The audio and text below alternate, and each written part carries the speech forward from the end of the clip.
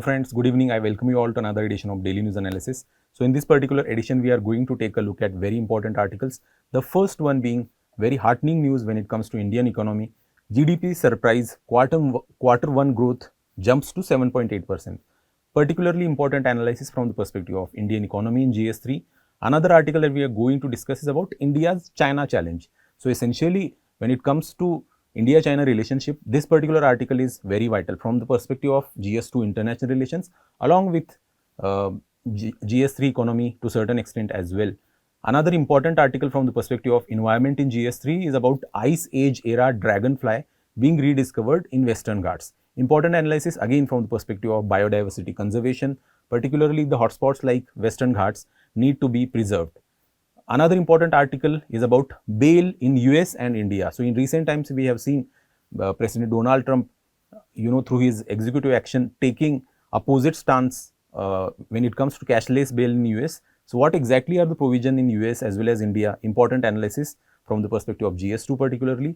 In decoded section that is important for mains, we are going to take a look at water for change, Jal Jeevan Mission's journey in subsequent years. So essentially, this particular article is important from the perspective of GS2, welfare of vulnerable sections, particularly in rural areas. This particular mission has transformed lives of Indian rural women. So that particular analysis is again vital from the perspective of GS2 as well as GS1 as well. So stay tuned for that particular article as well.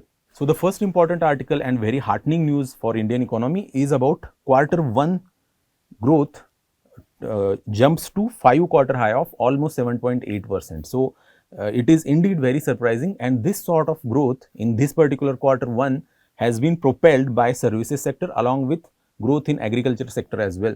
So we are going to have some downside risk to this particular growth in the upcoming quarter due to obviously the Trump's tariff effect, but we are optimistic that some sort of solution with US we can come about. So essentially, this particular analysis now is important from the perspective of GS3 economy. See, mostly from the perspective of prelims, many times you will get the question on, say, trends, particularly when it comes to India's relationship with US from the perspective of, economic angle or, from the perspective of international relation angle in GS2, the bilateral relationship holds very much substance. So essentially, now, in the wake of Trump calling India a dead economy, this particular news is very, very heartening. So strong services sector activity helped GDP growth comfortably beat the expectation in the second quarter, rising to 5-quarter high of 7.8% for April to June quarter1 period of 2025. So this data has been released by Statistics Ministry on Friday itself. It is more than January to March 2025 growth rate of 7.4% and first quarter 24-25 growth, which was at 6.5%. So it is indeed, huge jump from those figures. All sectors from manufacturing to services fired the economy in the first quarter of 25-26. Services growth rate was at 2-year high. Farm sector expanded by almost 3.7%. and manufacturing at 7.7%. If the US trade talks work, the momentum will continue in the second quarter as well. So we are optimistic, we are hopeful when it comes to that particular, trade talks with US. So how we are able to achieve this particular growth amidst all the uncertainties of Trump era? So essentially, US tariffs on Indian goods, which came into operation on August 27. As a result of President Trump's doubling the tariff earlier in the month, means essentially we are at 50% now when it comes to US market, and it is one of the highest in the world. The decision was in response to India's continued purchase of Russian arms and oil. So that is the reasoning being given by the US President particularly. Earlier RBI's GDP forecast was also there. On August 6, the RBI projected GDP growth to slow to 6.5% for April to June quarter. This is declined from 7.4% in earlier January to March quarter as well. Other economists have also expected a slowdown but predicted growth closer to 7%. So essentially, it is indeed a surprise to get the figure of 7.8% when it comes to Q1. Government's full year growth outlook in this regard is very optimistic. Obviously, it is explained by CEA V. Anant Nageshwaran, and he says that government's growth forecast stands at 6.3 to 6.8%. Despite the new US tariffs, he believes the impact may be temporary. Obviously, the talks are ongoing and we may see the revival of trade talks between the two countries, and in the near future, we may hope to see the free trade agreement between the two countries as well. Tariffs concerns and outlook. Again, Nageshwaran acknowledged uncertainty around how long the US tariffs would remain. We are going to, get a lot of updates in that regard. He emphasized ongoing dialogue between the two countries and expects a resolution soon. However, he warned downside risks if the tariff issue persists. Obviously, just yesterday we talked about the worst hit sectors by tariffs. So, essentially the common link between all these sectors worst hit by tariff is these are all very labor intensive sectors. So, that is why coming to the solution in this regard is very, very important. So, let us see some of the analysis of sectors, sector wise analysis here. So, strong April to June growth driven by services sector. So, services sector particularly propelled this growth. Service sector growth hit a 2-year high of 9.3% in April to June quarter. Continued momentum is seen with the HSBC Flash India Services PMI reaching an all-time high of 65.6 in August, up from 60.5 in July. So, another important breakdown of GVA growth is also important to know here. Trades, hotels, transport, communication, broadcasting, GVA grew at 8.6%. See, more than GDP, GVA, measuring the GVA is much more easier. Why? Essentially, GVA measures gross value added.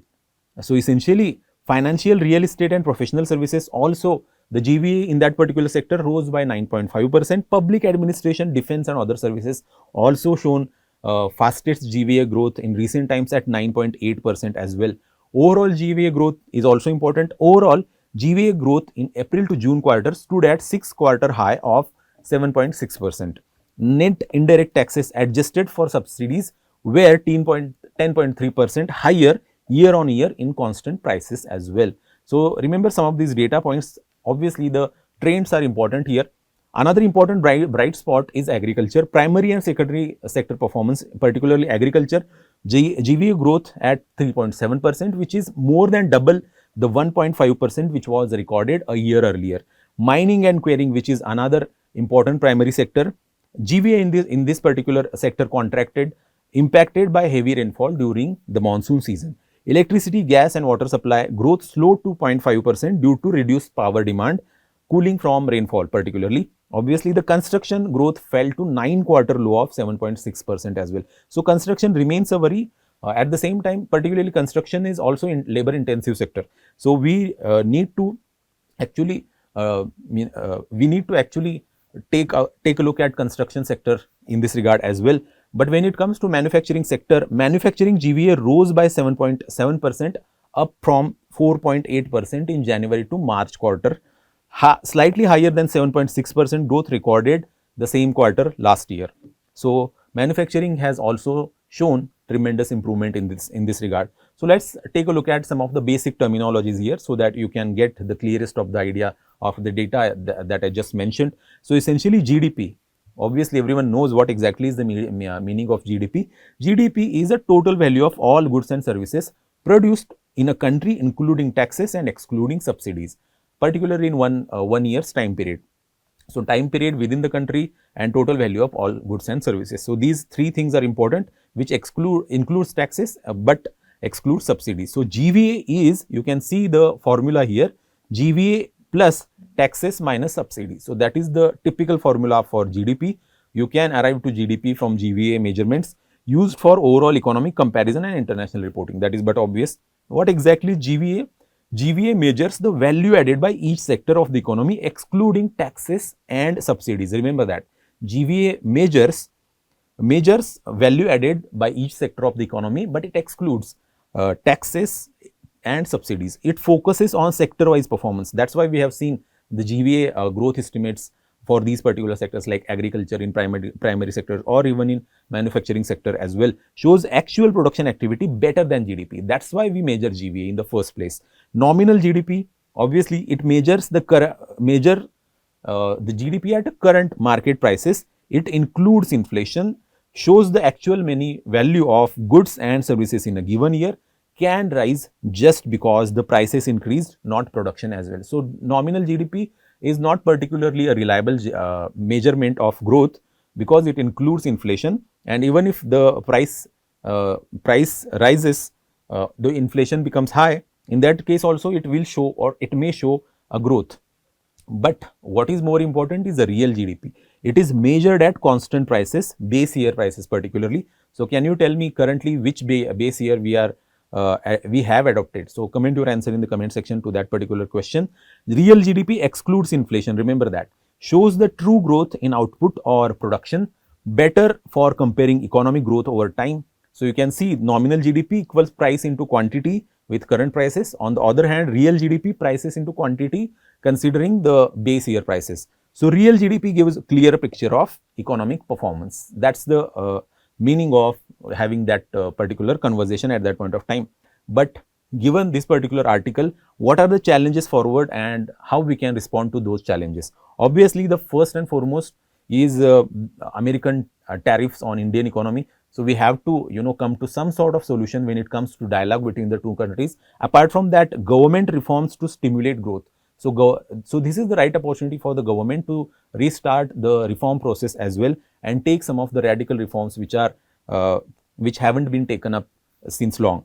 PM Narendra Modi in his Independence Day speech announced GST rationalization. This is major overhaul of GST expected to boost consumption. Finance Minister Nirmala Sitharaman in Union Budget 25-26 announced a reduction in income tax rates under the new tax regime to increase disposable income and spending as well. So, these are some of the initiatives being initiated by the government. GDP data highlights of April to June 2025. Private final expenditure consumption indicator of consumer spending grew by 7%. You can see here up from 6% in January to March quarter, but down by almost 8.3% a year ago as well. So, there is although the consumption is robust, but at the same time it is not to the level of say 8.3% which was a year ago. Gross fixed capital formation proxy for investment grew by 7.6%, lower than 9.4% in January to March quarter, but higher than 6.7% a year ago as well.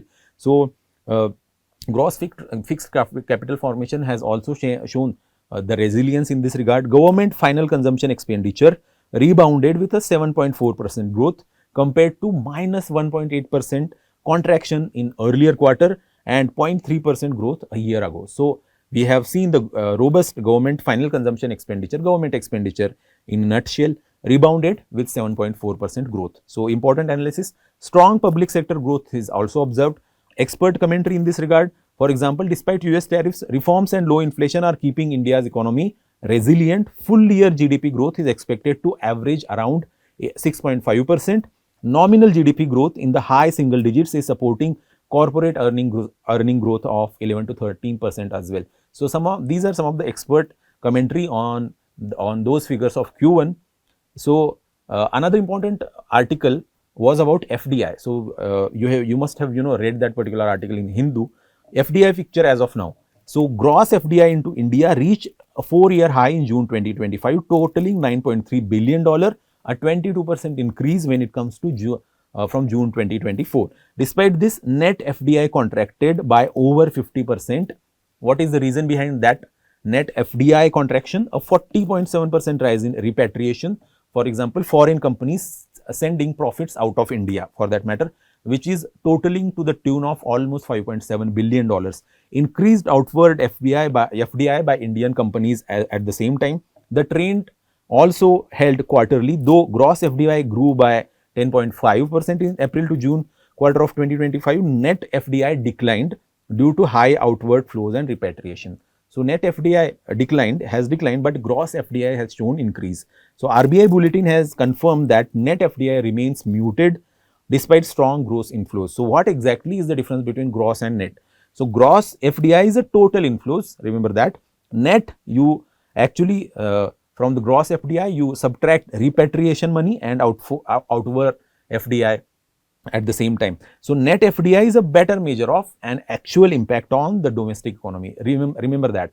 So, which is the better indicator of actual impact of on the domestic economy is net FDI. Remember that. Who measures GDP, by the way? These are some of the basic things here. National Statistics Office of India's Ministry of Statistics and Program Implementation calculates and releases India's GDP estimates, previously known as obviously Central Statistical Office. The NSO is responsible for gathering macroeconomic data and publishing official GDP figures for the nation. Rise in disposable income also expected. So, another important analysis here in this regard is by CEA, Mr. V. Anant Nageshwaran. He stated that disposable income for Indian household is set to be significantly higher this year. So, what does this mean?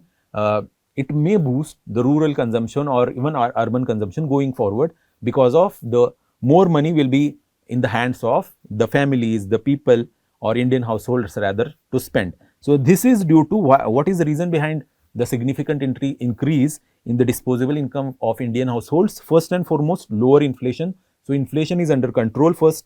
Direct tax cuts announced in the union budget has also, led to some of the effect.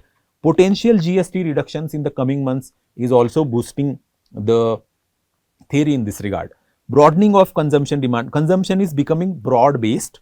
Rural FMCG volume growth has outpaced urban areas for 6 consecutive quarters now. However, the rural-urban gap is narrowing. So, we will see the rural-urban gap narrowing in upcoming times. Mixed view on urban demand. Although the rural demand seems to have been, jumped up because of, satisfactory monsoons and the growth of the agriculture sector, but there is a subdued response when it comes to urban demand. 7% consumption growth shows some improvement, but urban demand remains mixed. Growth seen in contact intensive services like hotels, trade and communications. That is true. Retail, credit, housing, consumer durables remain muted.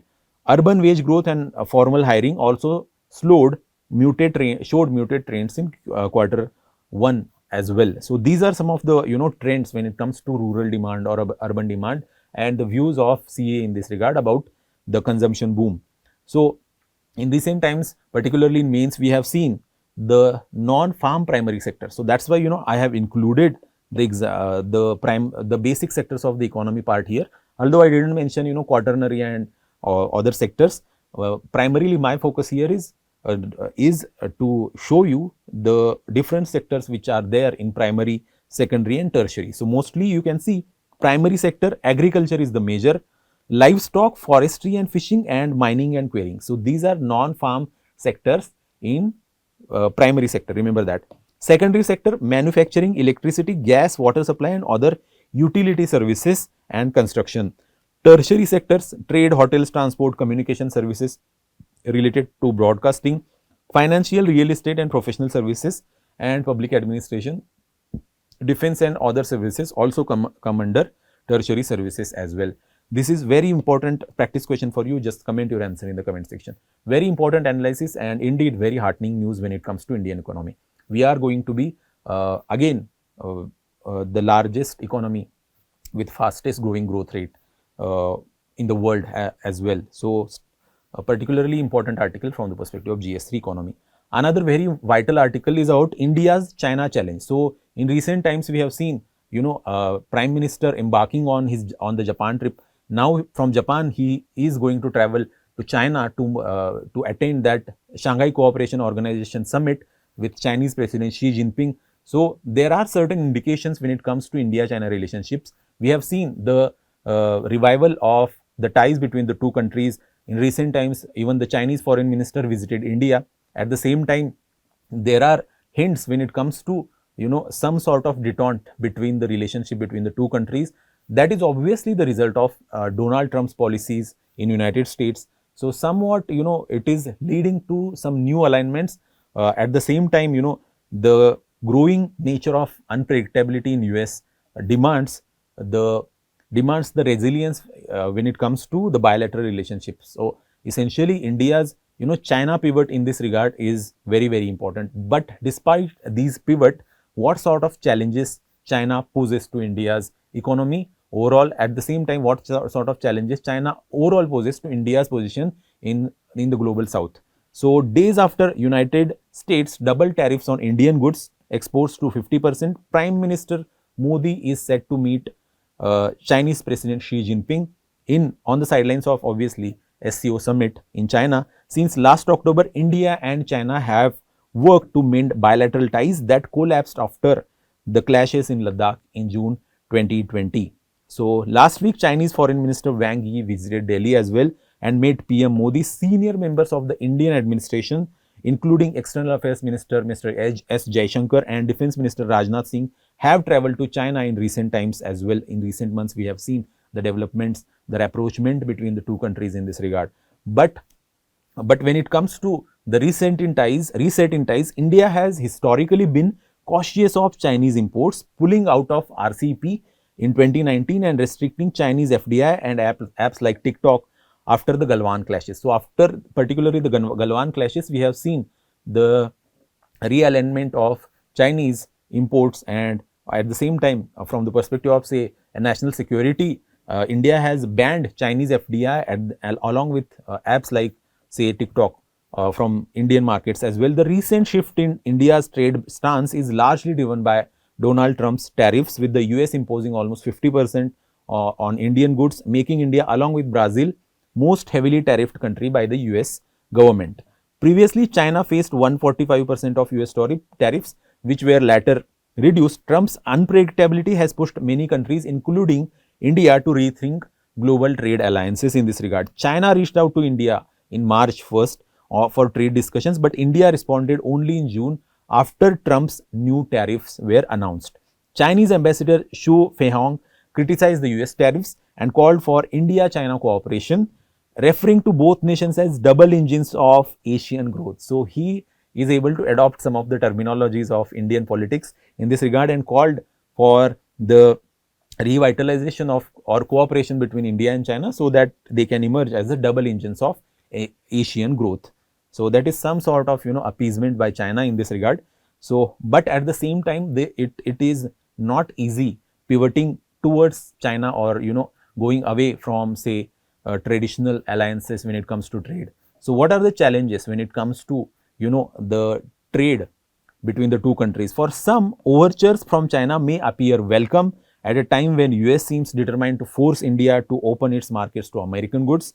But there are several reasons why closer trade partnership between the two countries is fraught with challenges. You can clearly see here in chart 1 India's growing dependence on Chinese imports. So, we can see the exports particularly remain stagnant over the decades, but the Chinese imports showing the growth at the same time. So, you can see India's trade weakness with China. India's trade relations with China are in contrast to its trade strength with US. Against the US, obviously, India enjoys a trade surplus of more than $40 billion. By contrast, India suffers an annual trade deficit of nearly $100 billion against China. So, China in particular, has built the economy based on its massive manufacturing sector. So, that's why, particularly China is a factory of the world. So, when it comes to India-US relationships, particularly when it comes to trade, there is a trade surplus with India, but with China, we particularly face trade deficit of more than $100 billion. Chinese strength in manufacturing in this regard is very well known. India is not the only country that has a trade deficit with China. China's share of merchandise exports at more than 14% in 2023, according to World Trade Organization data, is well above the US, which is at around 8%. Which is in second place. India's share is below 2% when it comes to global manufacturing. So, you can see we need to actually improve the manufacturing share here, but Chinese behemoth in this regard, when it comes to manufacturing, tackling the Chinese giant is very difficult. India's weakness in manufacturing, obviously the table shows that gross value added, measure of sector's economic growth in manufacturing since 2019 to 2020 has grown at a CAGR, annual average growth rate of 4.4% particularly, while that in agriculture it has grown by 4.7%. So, since trade is a relative game, it is of consequence that when China is overflowing with manufacturing prowess and capacity, India's manufacturing is struggling to outpace even its farm output as well. So, can India emerge as an alternative when it comes to Chinese manufacturing? So, India's post-COVID positioning in this regard is important to know. After the COVID pandemic, India positioned itself as a credible investment alternative to China, attracting Western businesses looking to de-risk from China as well. So there is famous China plus one strategy in this regard, which majorly many MNCs, many global corporations have been adopting so that they can de-risk from China. So in particularly COVID times, we have seen the impact of depending so heavily on China. Risks of aligning with China. Aligning too closely with China could undermine India's image as a reliable alternative to China for Western investors. So essentially this China plus one, this plus one is supposed to be India. So when we closely align with China, it may undermine India's image as an alternative to China as well, prompt the US to pressure India similar to how it pressures other allies to also isolate China as well. So it may further prompt US to pressure India in this regard. Rising global trade barriers against China. Mexico is reportedly raising tariffs on Chinese imports, influenced by obviously US President Donald Trump's stance. This highlights a growing global trend of increased trade restrictions on China. So there may be restrictions on Chinese imports going forward because Trump is pressuring other countries to do so. China's economic challenge, overcapacity and deflation. China is struggling with overcapacity and deflation, which discourages consumer spending and production, threatens to stall its economic momentum. That's why China is also exploring newer markets for its own, products, which are in overcapacity nowadays. So that's why we have to be cautious so that Chinese imports does not flood our own markets. So dumping we should not allow of Chinese imports. China's strategy in this regard, export surplus to other markets. So as I said, China is trying to diversify its market as well. In response, China may try to flood non-US and non-ally markets with its excess goods. It is pretty much possible. If India moves closer to China, it may face increased pressure to absorb cheap Chinese imports as well, potentially harming the local industry. So as I earlier said, this is the dumping concern when it comes to Chinese imports is tremendously highlighted in recent times. China is not India's national partner. Remember that. The history is an indicator here from Indo-Chinese war to still unresolved border issues. China will not become India's natural partner because there is an all-weather. China is also an all-weather friend of Pakistan, which essentially is arch rival of India. India has been trying to mold itself into a private sector-led market economy where media is free, rules are transparent and democracy is uncompromised, while in China these things doesn't exist. China is a long-time supporter of Pakistan and its all-weather friend.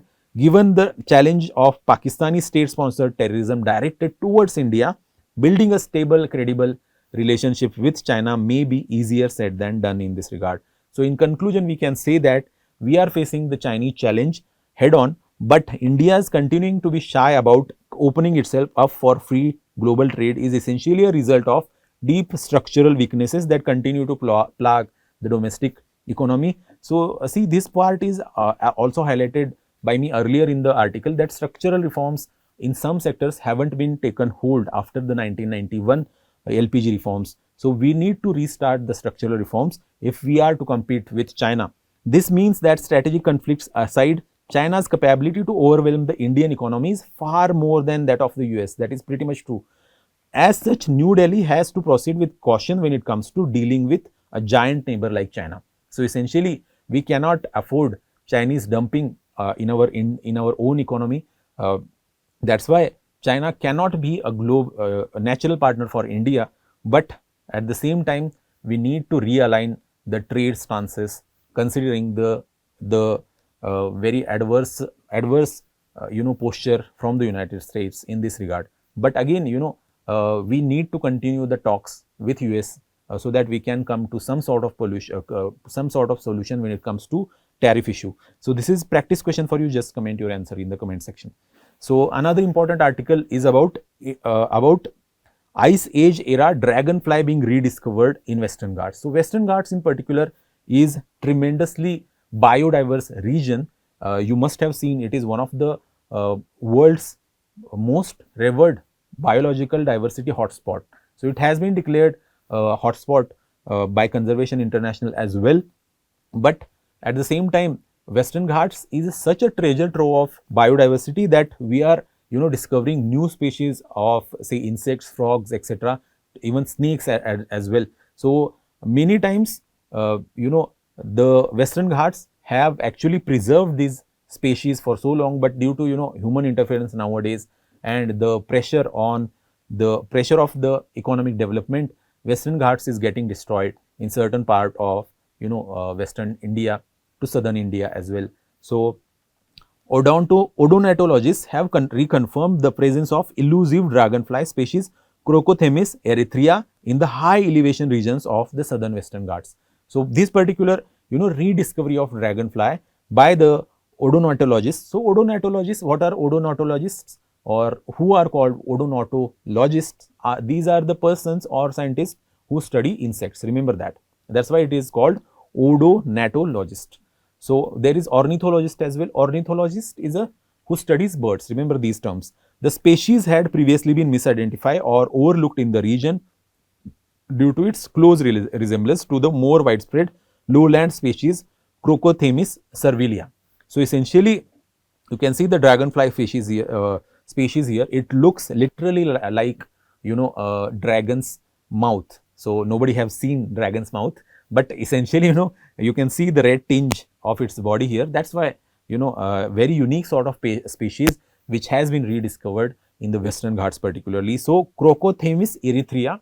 Crocothemis is particularly a family associated with dragonflies. Remember that. So species in question. So the genus Crocothemis in India includes two species: C. cervilia, common in lowland areas; C. erythrea, known from high elevations like Himalayas.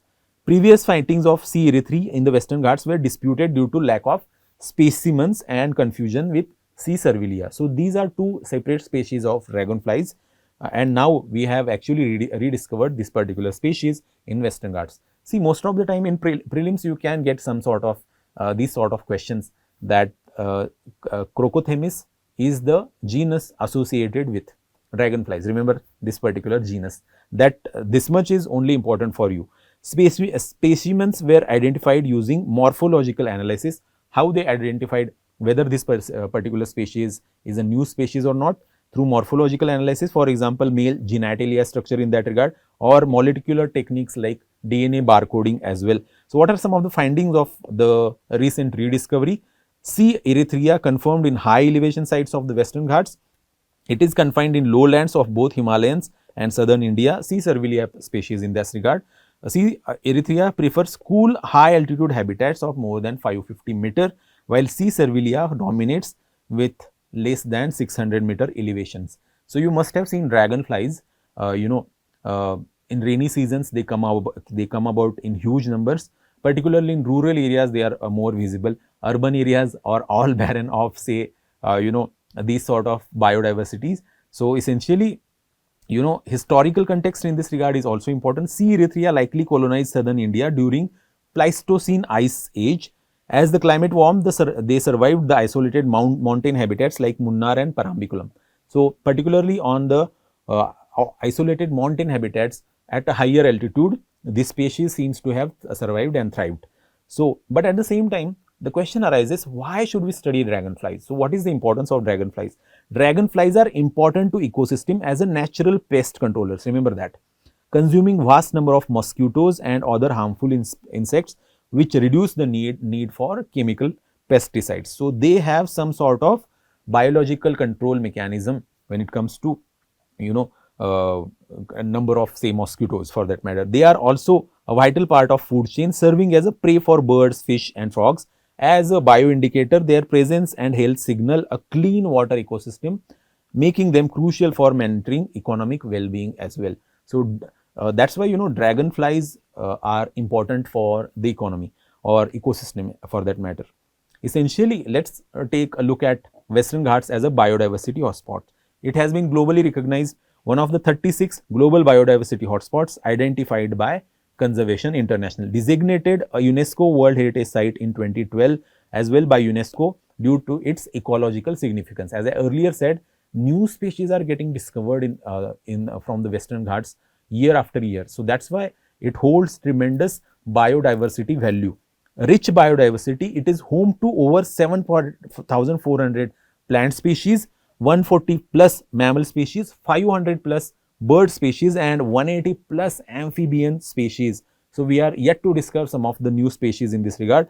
It is a highly endemic region. High endemism is observed. Many species found only in Western Ghats, especially amphibians, reptiles and plants. So, there are some of the species which you can only find in Western Ghats, showing high endemism. Unique ecosystems like evergreen forests, shola grassland ecosystems, mountain forests and rivers are also the feature of Western Ghats. Provides critical habitat for endangered species like lion-tailed macaque, Nilgiri thar, Malabar civet. So, knowing the conservation status of all these animals here is very important, whether they are endangered or critically endangered. Just comment your answer in the comment section. Very important. Water source, many times major peninsular rivers have origin in the Western Ghats. It acts as a climate buffer as well, helps in climate regulation, act as a carbon sink, supports microclimatic stability and provide or prevents soil erosion at the same time. But they are facing threats due to deforestation, habitat fragmentation. Climate change obviously is one of the reason, and majorly infrastructure projects like dams, roads, mining, etc. Conservation efforts are ongoing, but conflict between development and ecology remains a challenge. So, that particular debate comes up frequently when it comes to when we face tremendous floods like that of in Kerala, or landslides in Kerala for that matter, or even in Maharashtra we have seen the debate when it comes to the implementation of say Madhav Gadgil committee or Kasturi Rangan committee recommendations. So, criteria for declaring hotspots. So, this is also very vital from the perspective of environment. Remember, you can get the question on prelims in this regard.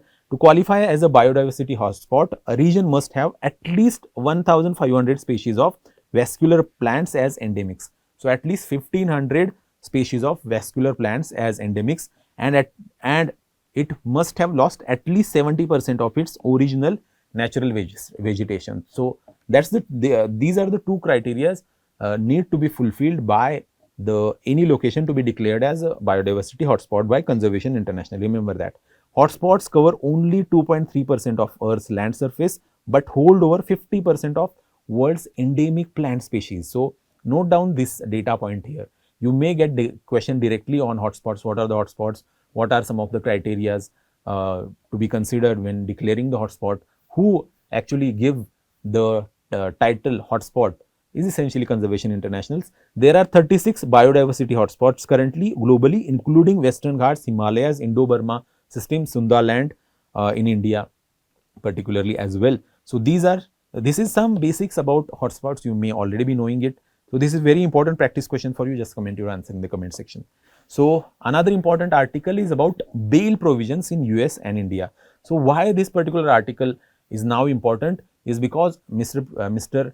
Donald Trump has taken the executive action in this regard to end the cashless bail system in the United States. See, many times, particularly when it comes to criminal justice reforms in United States, many progressive states in United States have these cashless bail provisions, but at the same time, the Republican Party in this regard is hell-bent opposed to the cashless bail provision.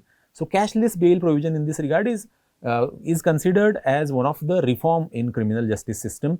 Why? Because historically, some sections of minority populations has been discriminated against. So, and many times, even for the minor offences, if they are incarcerated, they have to post some sort of amount money as a bail or bond to secure the release. So, essentially, blacks in this regard have faced huge brunt of say cash bails. But that's why cashless bail in this regard is often considered as a part of social justice as well.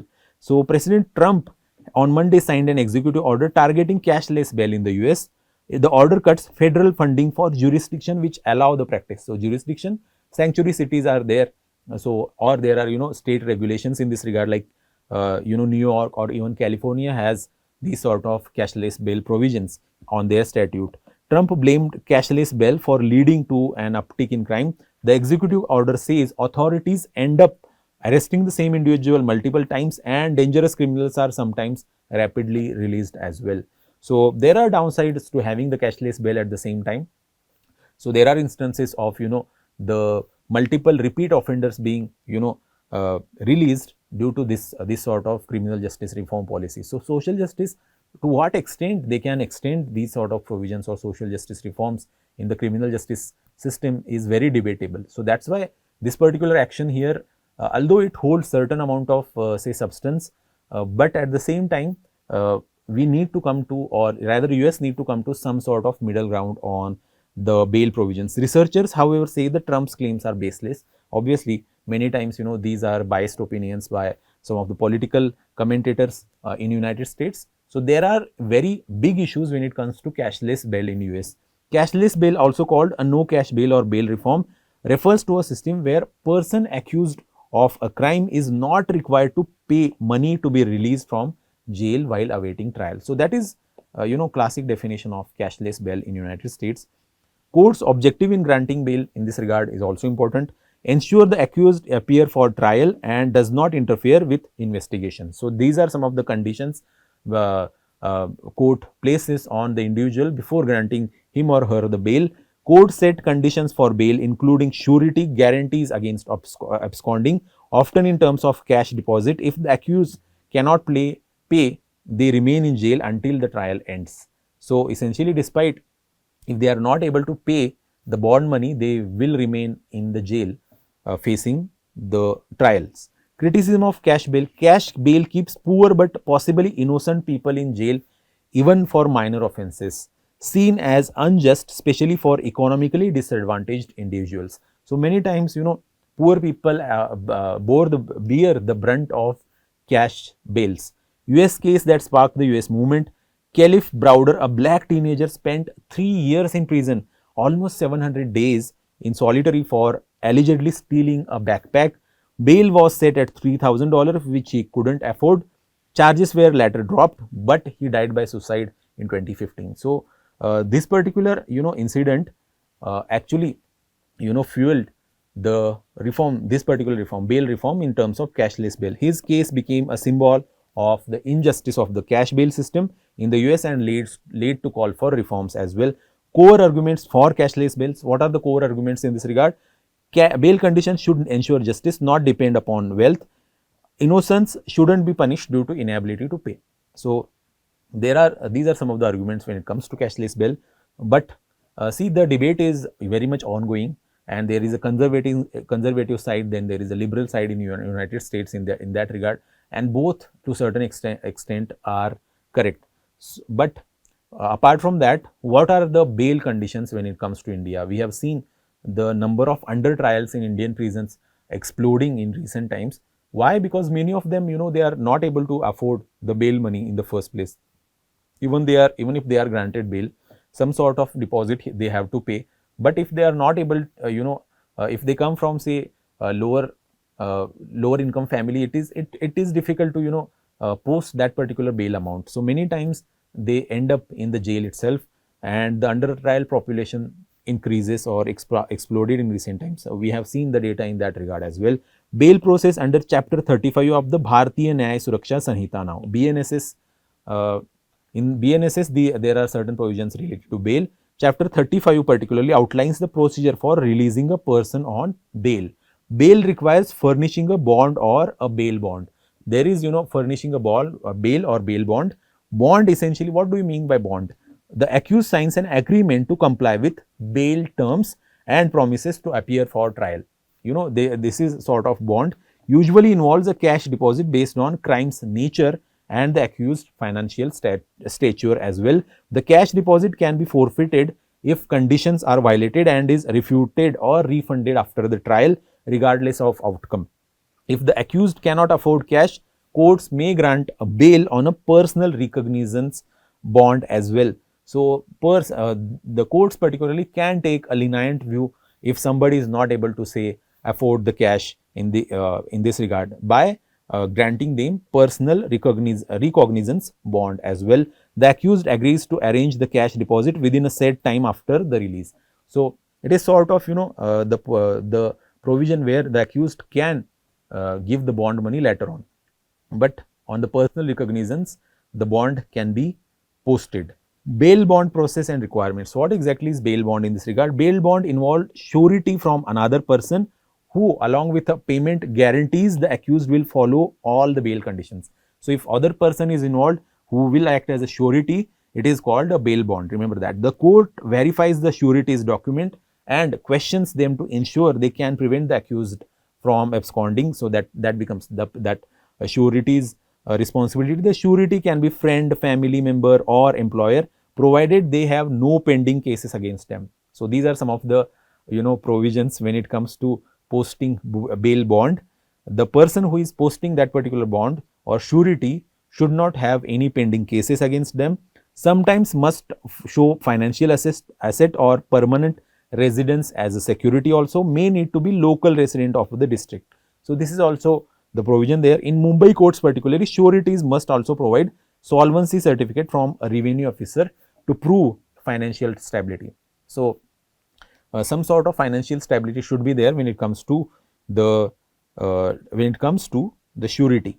This verification process can take days or weeks, potentially delaying bail approval as well. So, bail bond essentially may take some more time as well, but we need to move towards bail reforms in this regard. Many accused cannot be released despite bail because they cannot pay the required money surety, monetary surety, sometimes as low as even 5,000. In 2022, Maharashtra had over 1,600 prisoners unable to fulfill bail conditions, including cash arrangements, 600 plus in Mumbai region alone. So, the author has given the Maharashtra example, the classic example of under trials here. Maharashtra prisons are overcrowded by 12,343 inmates as of July 2025. As I earlier said, many times under trials are flooding the jail systems or prison system in many states. The Maharashtra's example here is a stark reminder in this regard. What exactly is the Law Commission's recommendations when it comes to bail reform? There is a 268th Commission report of 2017 which stated bail based on monetary surety violates constitutional principles. So, even the Law Commission has said bail which is based on only monetary surety is violate constitutional principles. It leads to discrimination and suspect classification. It impinges on the right to fair trial as well. So, these are some of the harsh admonishments of the bail reforms, or rather bail provisions or cash related bail provisions by the Law Commission report. Also in 2023, the Supreme Court directed that if an accused stays in jail over a week despite him granting the bail, jail superintendent must notify the District Legal Services Authority. Authority can then send paralegal volunteers or lawyers to assist with the release. So, these are some of the recommendations given by Supreme Court in this regard when it comes to bail provisions, and so that we can declog our prisons. The National Legal Services Authority informed that 5,000 under trials remain in jail despite them being granted a bail. Trial courts often reject personal recognizance bond pleas, citing the need to balance liberty with ensuring trial attendance. So, many times trial courts reject personal recognizance bond in this regard. So, this is very important and a practice question for you. Just comment your answer in the comment section. So, important analysis from the perspective of GS2 when it comes to bail provisions. So, in the decoded section, we are going to take a look at the article from PIB particularly. It is titled Water for Change, a journey of Jal Jeevan Mission. So, this particular analysis is important from the perspective of say GS2 government policies. You may get the question directly when it comes to Jal Jeevan Mission because it has transformed the face of rural India. So, what are the key takeaways of this particular mission? Over 15 crore rural households have been provided with the tap water connections under the Jal Jeevan Mission. Important. The central government is considering the continuation of the Jal Jeevan Mission until 2028. So, that is under consideration now. More than 24.80 lakh women across rural India have been trained to conduct water quality testing using field test kits. Over 2.63 lakh villages have been declared Har Ghar Jal by their respective Gram Sabhas, dignifying community ownership. So, actually the rural transformation is underway due to this particular mission. So, what exactly is this JJM mission, Jal Jeevan Mission? Launched by Government of India on 15th August 2019, it aims to provide tap water to every rural household. So, it has completed 5 years of its launch. Essentially, the purpose is giving Har Ghar Jal. It aims to provide tap water to every rural household. The proposal focuses on improving infrastructure quality, ensuring effective operation and maintenance of rural piped water supply schemes, and promoting citizen-centric water service delivery with guidelines for further funding under the Act as well. So, Jal Jeevan Mission and access to clean water in India. As I earlier said, tap water connections to each house is the purpose of Jal Jeevan Mission. So, you can effectively see the change when it comes to India's tap water availability from January 2019 to 25. So, in 2019, only 3.23 crore rural households had tap water. But you can see by 25, almost 16 crore rural households now are covered under Jal Jeevan Mission, and they have functional tap water systems. 81.01% of rural households have now been connected. 2.63 lakh villages and 191 districts have been declared the Har Ghar Jal as well. Access to clean water is a fundamental right in India. That is pretty much true under Article 21. The Jal Jeevan Mission was launched by the Government of India to ensure safe drinking water reaches all of rural households. The mission built on center-state cooperation. So, it is a beautiful example of center-state federalism, center-state cooperative federalism in particular. The center provides funding and guidance. It is the states who implement the scheme on the ground, village by village. In 2019, only 3.23 crore out of 19 crore households had tap water access, but by 25, we have seen the transformations. The goal of the mission is to provide, obviously, the functional tap water connections to every rural household by 2024. And now the scheme has been further extended to 2028 so that we can wholly complete or cover the rural households now. Blueprint for change in rural areas. But it has brought some transformative changes when it comes to rural India. At the heart of the Jal Jeevan Mission is a paradigm shift from water as a government service to a community-owned resource. This vision has been made possible through a robust framework that emphasizes decentralization, participation and sustainability. So, decentralization, participation and sustainability are the hallmarks or the pillars of Jal Jeevan Mission on which it rests. Community ownership, you can look at the community and ownership angle here. Local institutions such as village water and sanitation communities are responsible for planning, implementation and maintenance of these tap water connections. Water quality monitoring is also there. Over 24.80 lakh women have been trained to conduct water tests using field test kits. So, women are at the forefront of change in this regard. Sustainability, water source sustainability and grey water management have also been integrated to ensure long-term water security as well.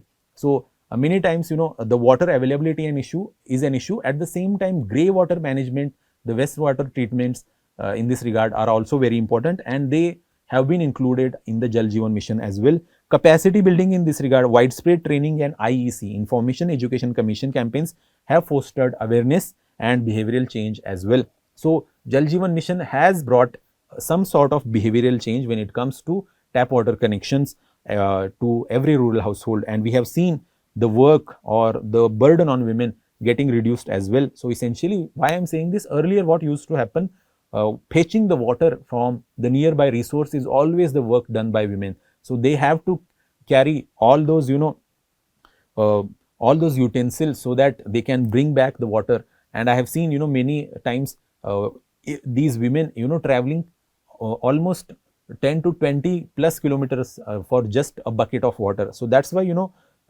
women are at the helm of this particular transformation. 24.80 lakh plus women trained in water testing. So, some sort of capacity building is getting done when it comes to the employability of rural women. Women-led Pani Samitis have been established to manage local schemes under Jal Jeevan Mission.